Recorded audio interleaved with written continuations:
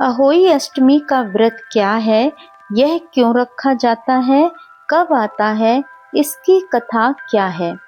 होई अष्टमी का व्रत भाद्रपद या अश्विन मास की कृष्ण पक्ष अष्टमी तिथि को मनाई जाती है। यानी यह व्रत करवा चौथ के 4 दिन बाद आता है। इस बार यह 14 अक्टूबर को है। इस दिन माताएं अपने संतानों की दीर्घायु और सुख समृद्धि के लिए व्रत रखती हैं। इस व्रत की मुख्य देवी हैं माता होई, होई माता या अहोई देवी। व्रत को विस्तार से समझ लें।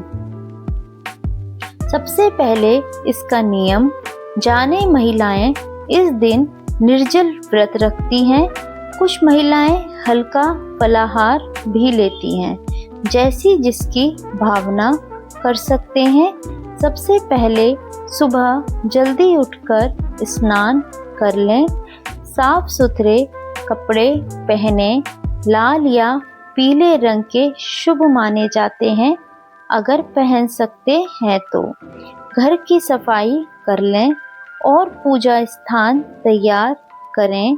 इसमें जो महिलाएं पहली बार रख रही हैं वो पूजा सामग्री नोट कर लें।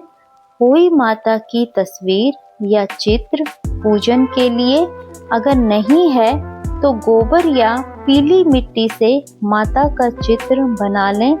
रोली, चावल, फूल मालाएं, पूजन सामग्री, जल का सागर, पवित्रता के लिए घी या तेल का दीपक माता को अर्पित करने हेतु मिठाई, फल भोग के रूप में रख लें। सूत का धागा व्रत के संकल्प में, चावल या आटे की ढेरी जिस पर दीपक रखा जाता है। दुर्वा घास या त्रिदल घास देवी पूजन में शुभ मानी जाती है। पूजा के आरंभ में माता होई के सामने बैठकर बोलें, हे माता होई, मैं पूजा अपने बच्चों की दीर्घायु और सुख समृद्धि के लिए कर रही हूँ। अगर तस्वीर नहीं है तो दीवार या चौकी पर गोबर या मिट्टी से माता का चित्र बनाएं।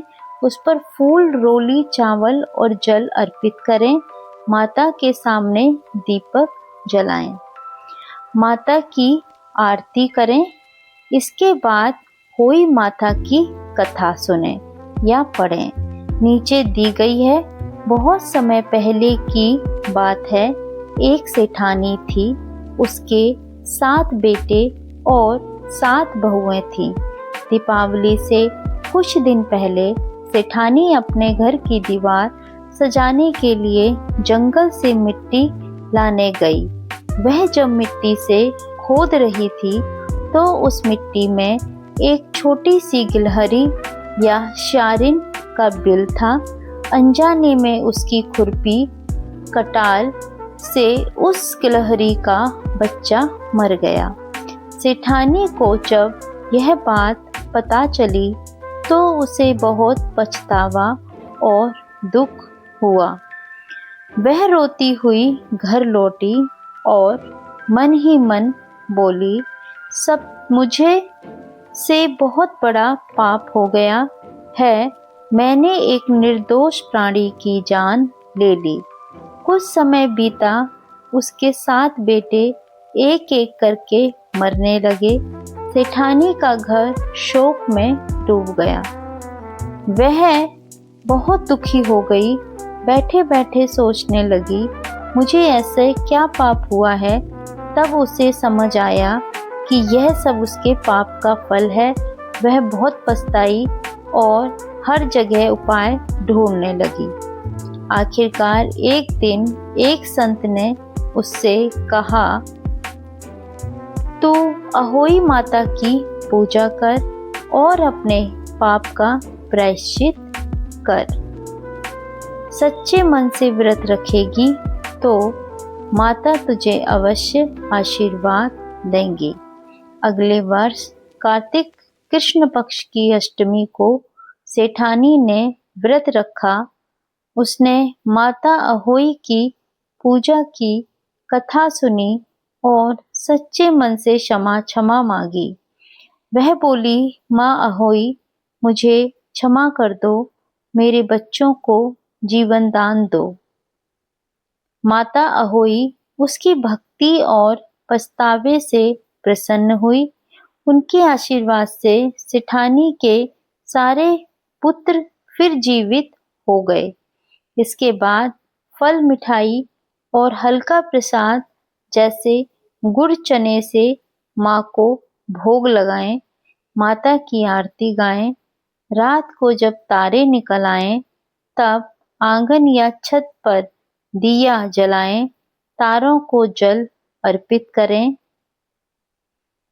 तारे देखकर माता से प्रार्थना करें, माँ होई, मेरे बच्चों को लंबी उम्र, स्वास्थ्य और सुख प्रदान करें। जो भूल चूक हो गई हो उसे क्षमा करें। इस दिन सुई धागा या सिलाई कढ़ाई नहीं करते, बालों को नहीं धोते, सिर्फ स्नान करते हैं। झगड़ा या क्रोध नहीं करना चाहिए। पूजा के बाद संतानों के माथे पर तिलक लगाना शुभ होता है। बच्चों को उल्टा सीधा गाली गलौज नहीं करना चाहिए।